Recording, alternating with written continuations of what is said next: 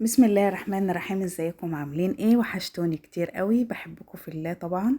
هنعمل النهارده هنغسل الغلة. انا بحب اليوم ده قوي، وحبيت ان انا اشارككم اليوم دوت معايا وتشوفوا احنا بنغسل الغلة ازاي. انا اول مرة اغسل غلة من زمان، من ايام وانا كنت عند اهلي وانا بنت. بحب يوم غسيل الغلة ده جدا. هي كمية صغيرة وانا غسلتها في البيت. احنا بنحب نغسلها في البحر، وبنحب اليوم ده جدا، بيبقى يوم ممتع ويوم حلو قوي. زي ما انتوا شايفين كده. بنغسل الغلة، بنبلها في طشت كبير او اي حاجة عندك كبيرة، ونحط عليها مية ونسيبها ببوش. اي طينة اي حاجة فيها مش نظيفة بتبوش فيها، عشان لما تيجي تغسليها. احنا بنغسل في زي غلقان كده من بتاعة الغلة اللي بتتغسل في البحر، اللي هي الخوص. ما بنغسلهاش في مصفى زي كده، بس كمني بغسلها في البيت. هي كمية قليلة مش كبيرة قوي. قلت اغسلها في البيت، واحب ان انتوا تشاركوني اليوم دوت معايا وتقولوا لي ايه رأيكم فيها. بنغسلها مرة واتنين وتلاتة لغاية اما تنضف، وميتها بتبقى نظيفة بالشكل اللي انتوا شايفينه دوت. شايفين ما شاء الله، وبيبقى لونها حلو قوي. انا بحب غسيل الغلة جدا.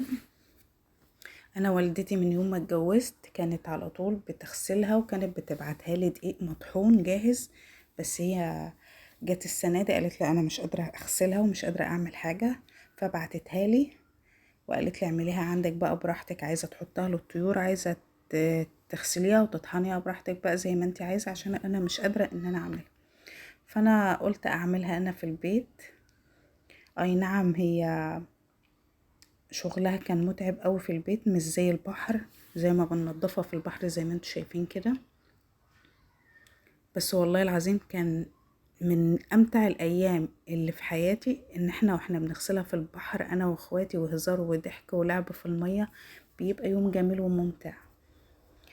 غسلتها بالشكل اللي انتوا شايفينه دوت لغاية اما نطفت كلها، وسبتها في الشكار بتاعتها لغاية تاني يوم، لغاية اما تعمل قلب.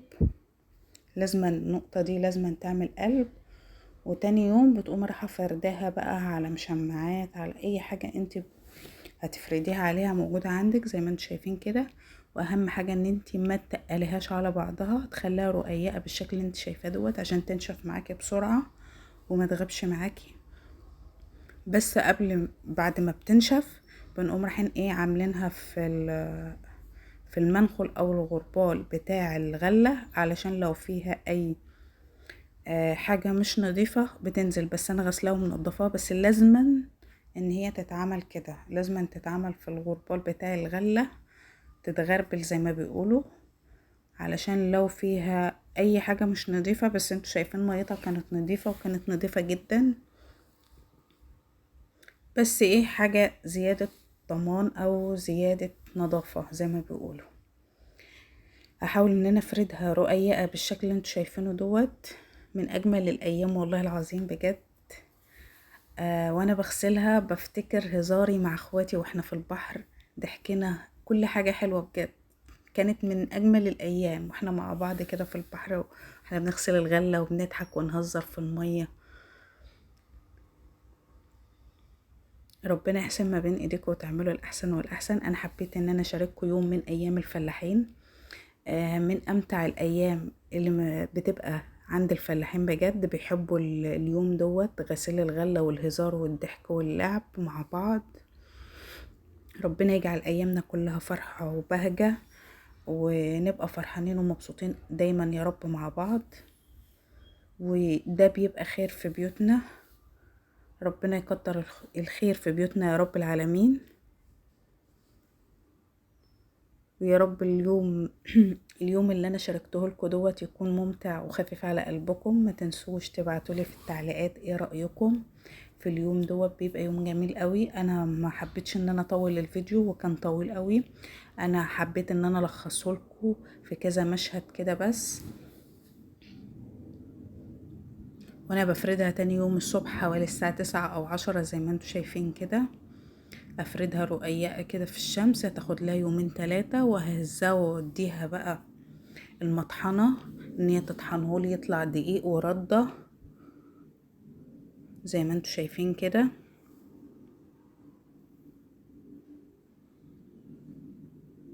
احاول ان انا اخليها كلها بسوى واحد وسمك واحد عشان ما تبقاش جزء تقيل وجزء خفيف، علشان ما تنشف كلها واحد وتبقى كلها بسوى واحد.